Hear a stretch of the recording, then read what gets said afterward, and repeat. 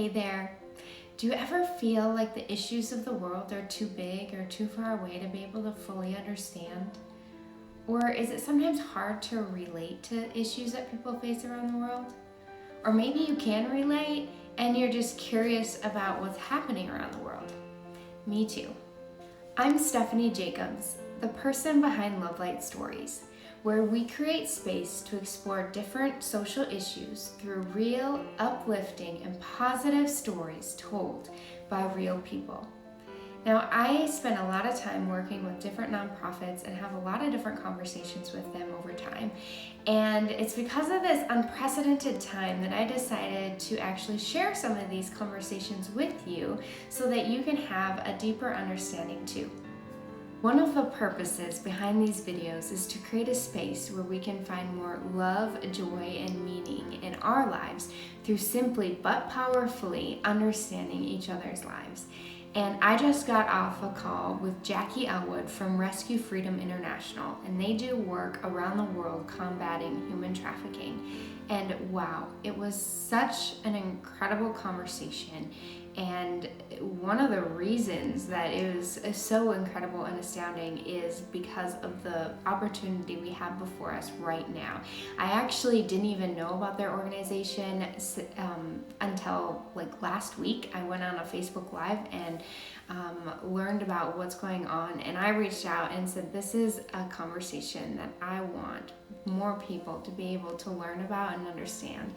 And I think that it's just gonna blow you away, and I'm really excited about it right now because there is an unprecedented opportunity to combat human trafficking right now in our world.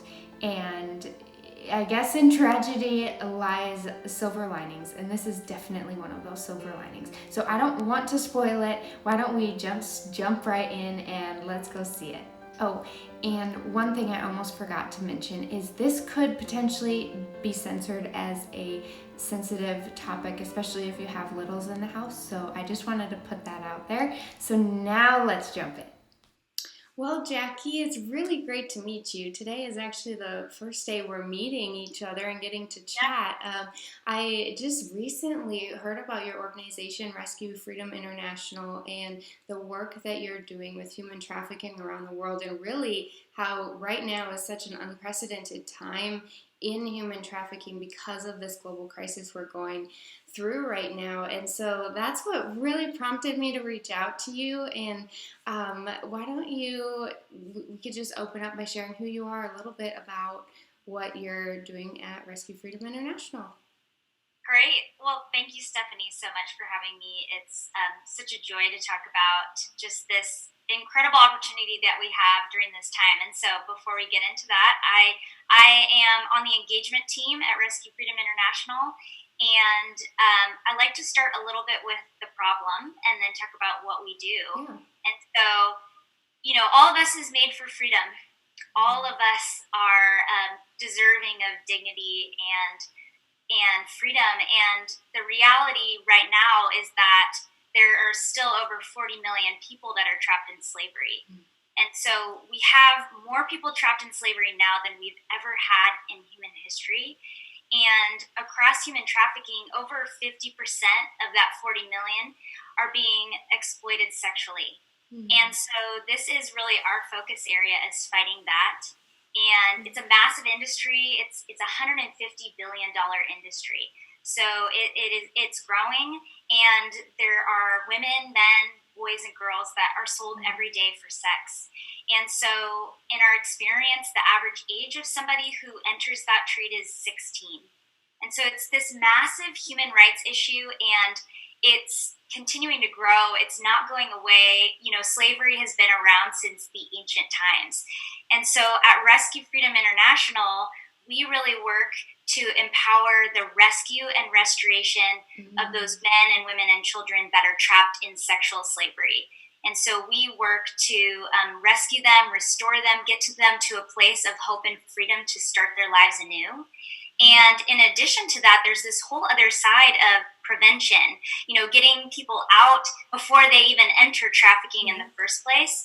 And so we work a lot on the prevention side too, educating, those that are most vulnerable vulnerable about what human trafficking is and the pitfalls and how they can avoid that. Wow. And so, yeah, so we work globally. We work in 20 different countries around the globe, and we're kind of unique in that, we've found that the most effective way to end slavery is to work on a local level. Yeah. And so across those 20 countries, we work with 26 local partners that are on the ground, and they are experts. They know the language, the culture.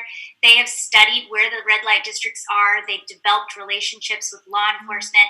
So we really work hand in hand with them. And so we're really a global team of over 400 people. Wow. That are all fighting to end trafficking together. And so that's really what Rescue Freedom is all about. Our dream, our goal, our mission is to end slavery in our lifetime. And we believe that that is possible and are working tirelessly to do that.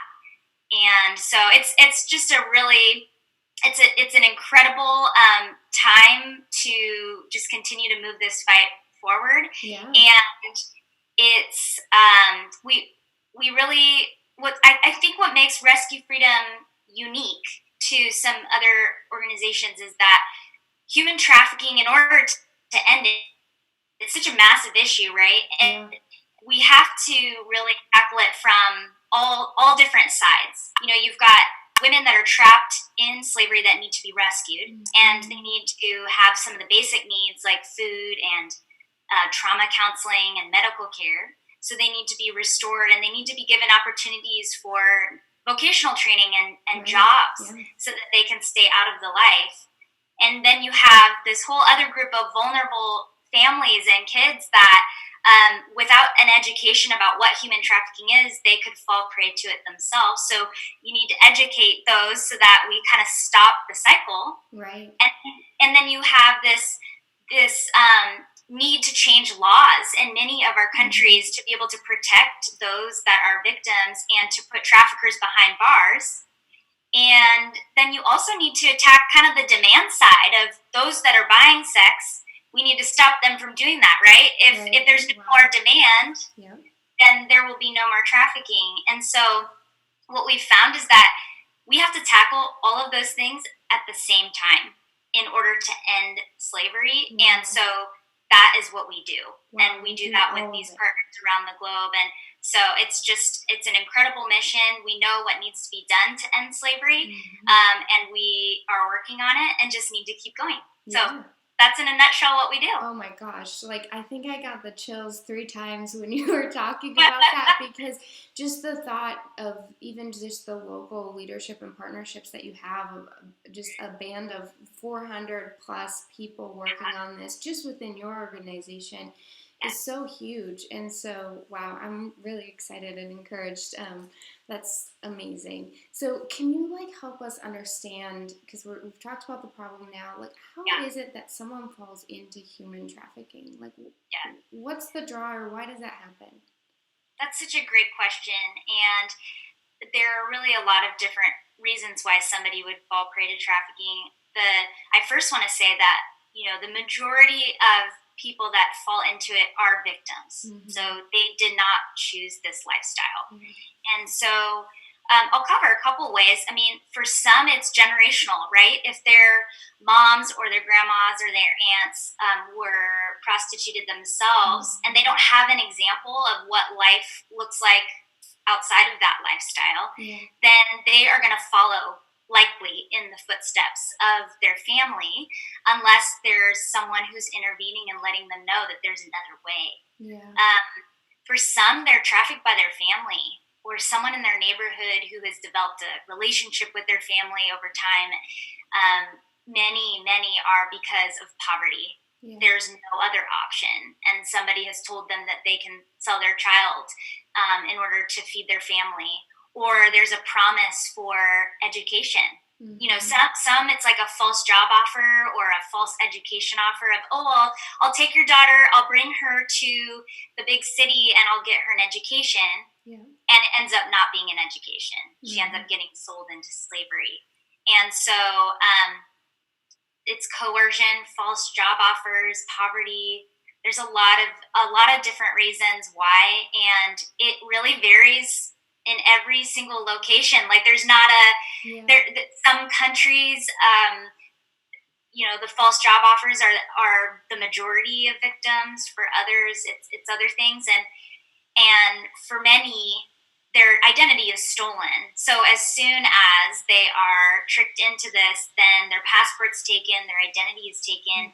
For many of them, they came from small villages. They would never be able to go back. They would never be able to pay back what they owe for getting those documents back. So it's sometimes it's cultural, sometimes it's generational, and sometimes it is a terrible person who is buying someone and tricking them into it. So lots of different ways, and it's definitely not all like the movies. Many times it's traffickers are willing to take the time to develop relationships slowly, and some are willing to.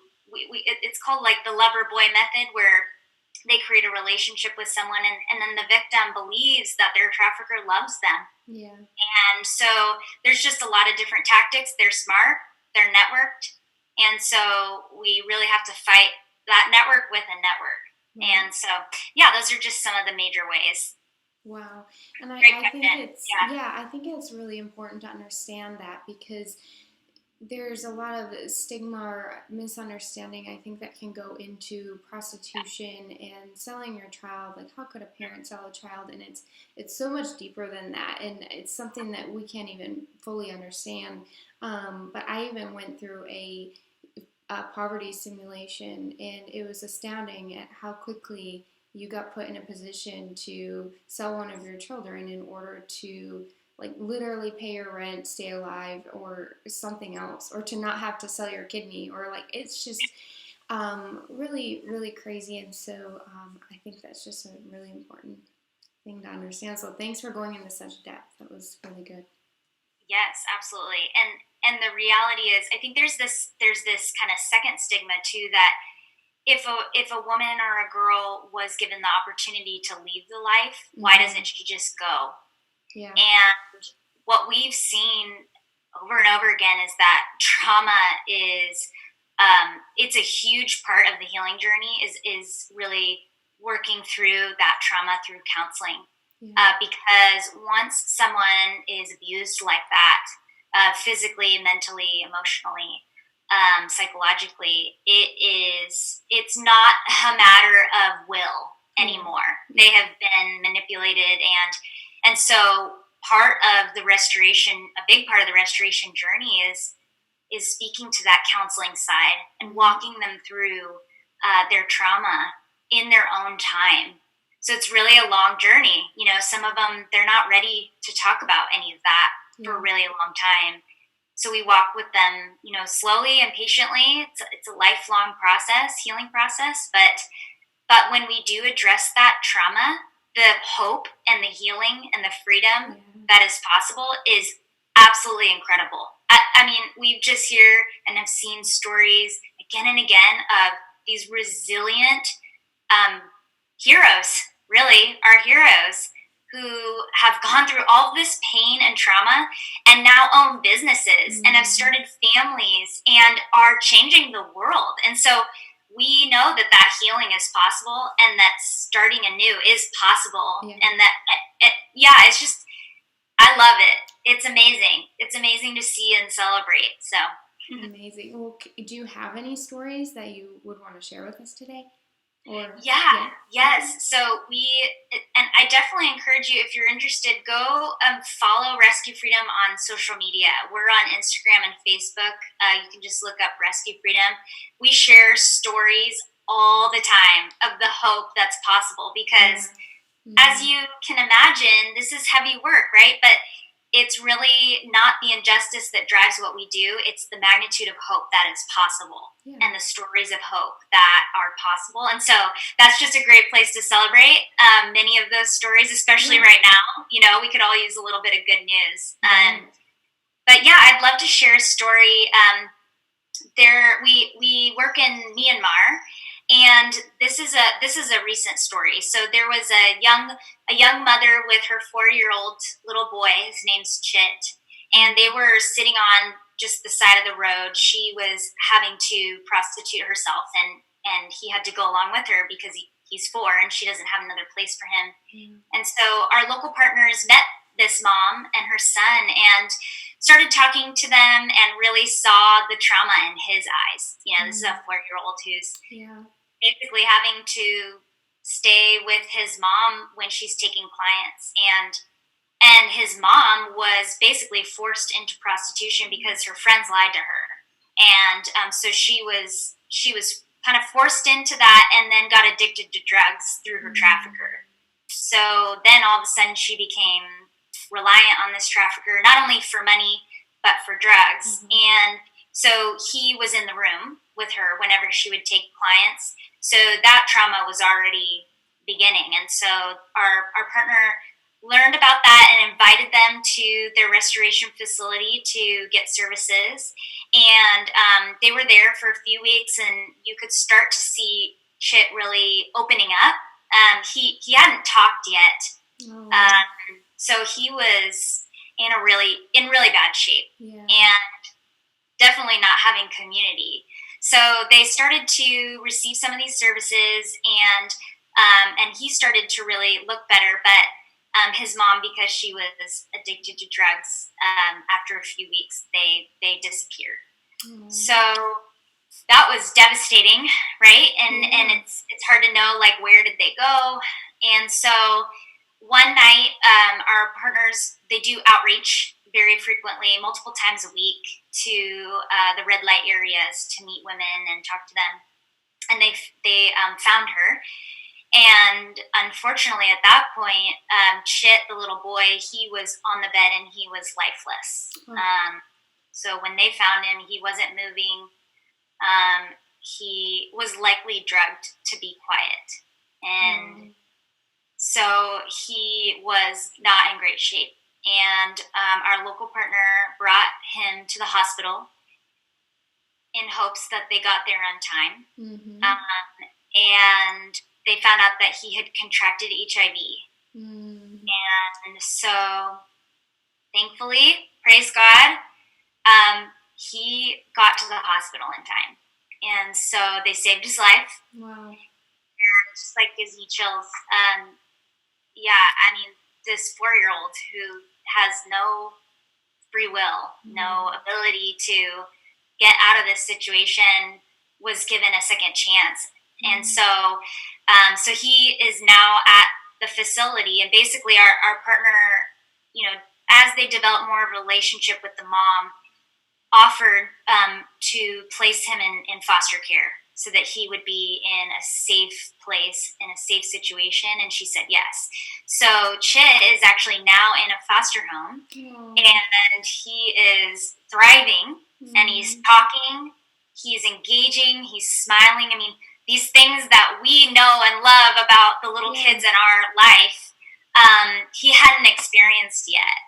And so now he's experiencing those. And like I said before, trafficking can be generational. And so for somebody like Chit, this is his saving grace. I mean, the prevention of getting him out of that situation so that he no longer is vulnerable to this lifestyle is what we're all about.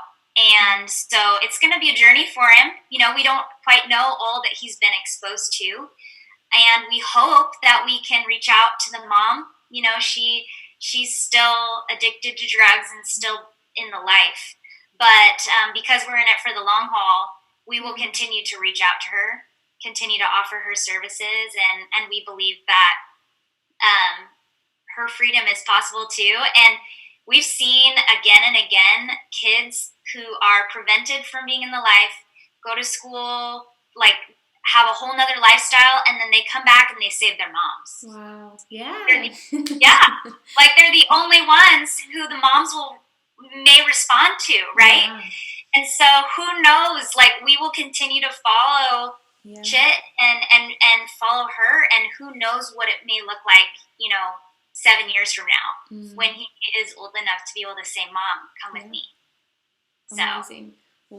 I'll be praying for that Thank you. happens. Yes. Beautiful. Yes. It is. It's such a great, like you said at the beginning, like that's such a great example of a story of hope. It's not Yeah. all finished, but there's still a lot of hope there. And I think Yes. that's what's so beautiful. And that's also kind of the lens that I saw coming through when I first learned about your organization, of the hope that you have all the time, but even more so now because we're in such a time that I heard you say is so unprecedented. So, can you talk to us about that? Because I think that's just such a light in this whole conversation. It is. I mean, we're all searching for a silver lining, through all of this, all searching for hope and trying to understand how we can be a part of it. And Yeah. so, yes, this COVID-19, I mean, it's affecting, as we've seen, every industry in the world in different ways. And it definitely is affecting human trafficking in some big ways. We've seen many trends. Traffickers are quarantined too. Yeah. So they're having to get creative with how they make money. Their income has plummeted. Yeah. And so we've seen some of the early reports that we've seen is that the industry for online webcam exploitation is on the rise. Women trying to make money that way. Yeah. Also, pornography is on the rise. We've seen some of the big guns, like the Pornhub site is offering premium services for free because they know that buyers who typically are going to the streets are now online. And so there's a lot going on that's increasing that side. Yeah. But in addition, now you've got all these women who are now trying to make money online. So the supply is high, but the demand is low. So any women that are making any money, it's very minimal. It's definitely not enough to be able to sustain families. And that's if they get to keep the money at all, right? Some of them are controlled by a trafficker and have no way of keeping that. And so we're seeing some of this on the rise. The network is saturated. It's the vulnerable are really, they've become more vulnerable. And so that's kind of some of the trends. But what's so unique and so exciting is that there is a silver lining. And because traffickers are quarantined, for the first time in decades, there are red light districts and brothels around the globe that are completely shut down. So like some of the streets that I've walked down where there's flashing neon lights and women being sold on the streets, it's empty. Yeah. Not a single person on the streets. And there are entire cities that are dedicated to selling sex. They're completely shut down. And so it's like this scenario that we always hoped would happen and what we're working toward, but it's happening right now. And so what is so exciting about all that is that these women now, they're not working. They're homeless. Like that's the terrible part, is that they're homeless. But the good part is that they're free. Yeah. They're not working on the street right now. And so we have this opportunity that's really potentially once in a lifetime to reach these women and to provide them with food and hygiene items and information about what a life outside of trafficking could look like. Yeah. Like what a life would look like of freedom and hope. And these are women that, we do outreach all the time, but we maybe haven't been able to connect with them before. And they are in a vulnerable place, but they're also not being controlled right now. Yeah. And so nobody's looking over their shoulders, seeing who they're talking to. And so it's this unique moment in time where we can intervene. And we can actually end up saving more lives. And the thing is that traffickers are just waiting, right? They're waiting, chomping at the bits for COVID-19 to be over so that they can get back. And so our goal is, let's intervene with as many women as possible so that they don't go back to the life. Right. So it's I mean, we've never seen anything like this. And to see pictures of these streets that I've personally walked down completely empty is just, it's unbelievable. Yeah. But that is what's happening. And so that's what we're doing. We're reaching out to them and talking to them about other options. And then in addition to that, right now, the number one priority is taking care of people who are in our care right now too. Mm-hmm. And so we've got 40 safe homes around the globe. So we've been putting them in full shelter in place. Yep. And so they have all the resources that they need to be able to stay safe, stay in their home, because they've got to keep doing what they're doing. Right, they got to keep the counseling, they need food, mm-hmm. all of that. And so they have all of those resources, but it's really, because they're covered, it's allowed us to really start to attack this, opportunity right now. So it's really incredible. I don't know that we'll ever see it again until slavery has ended. Yeah. Yeah, and so, that might be in our lifetime. We hope so, right? That's right. We believe that it is possible. Absolutely. It's beautiful. There's nothing more energizing than hearing that true potential reality that it can actually happen. So you alluded a little bit to how you're responding. So can you share a little bit more? One of the questions that comes to my mind is if you have 40 safe homes that you're already caring to, and you're going out and potentially helping and saving a lot of people, how are you kind of scrambling to figure out where to put them, or how do you expand your capacity, or maybe it's already there? Yeah, that's a great question. So yeah, I mean, in some areas where we're seeing that there are a lot of women who are raising their hand and saying, yes, I want help, we have been opening a few emergency shelters in a few different locations for these women to be able to stay, and so that they can have that safe shelter. We've just, as a couple examples, I like examples, we're working in the Philippines right now, and our partner has handed out 1,000 meals to vulnerable families. Wow. So that they're in a situation where they don't have the money, they don't have the food, and so as soon as a trafficker shows up at their door, they may not have the choice but to sell their child, right? Or there might be a false promise for resources, and that's not true. And so if we can provide those resources in their homes, like meals, that is a way of us intervening. And so we've been providing food. There have been some of our locations. This is actually, I really love this. So in one of our locations, the women who have been exploited and are now in their healing journey, they go through vocational training. And so they gain different skill sets while making jewelry. And as the jewelry is sold, it helps fuel their income and the income of our partner. And they've paused that production so that they can make face masks and soap and resources to be able to hand out to other vulnerable families that don't have access to that in their areas. So you now have these women who were exploited, are going through the restoration process, basically selflessly raising their hand to say, yes, I want to help other people so that there aren't others who end up in the same life as I did. I mean, it's incredible. And so it really depends on the location, but for many, they've got a place to live, but they just need some of that help. They need to know what it means to wash your hands and some of those basic hygiene things.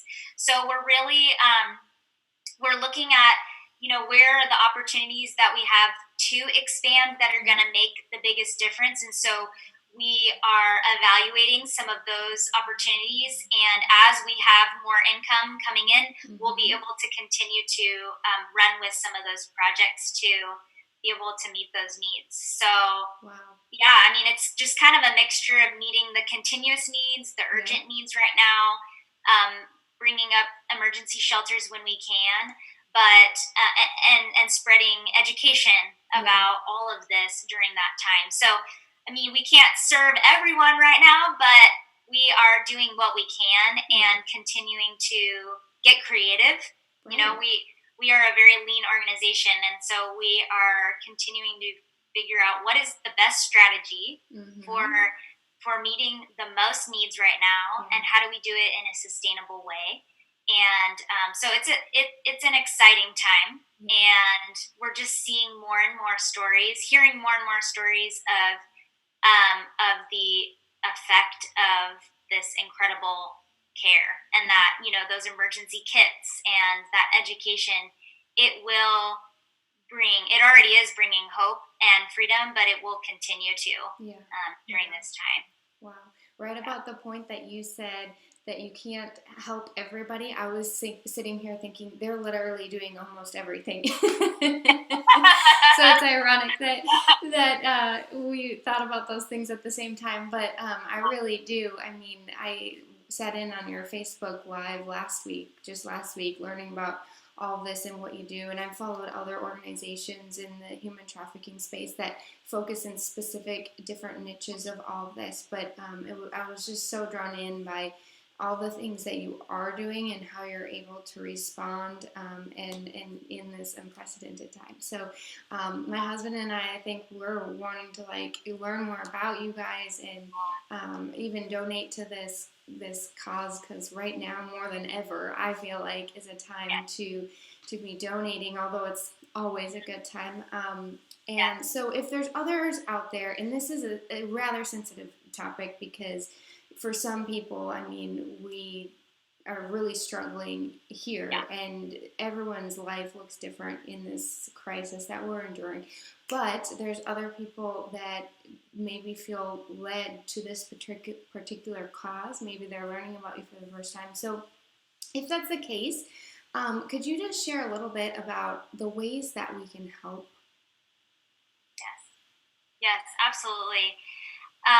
So there's a few different ways. Like you said, this is such a unique time, and 100%. So always, 100% of everything that you give to Rescue Freedom goes to the work. We have very generous donors that cover our operational costs, so that everything that's given is going to the work. And so we have this opportunity to meet more and more urgent and continuous needs right now. And so if you are able to give, we would love that. And you can go to rescuefreedom.org/COVID response to do that.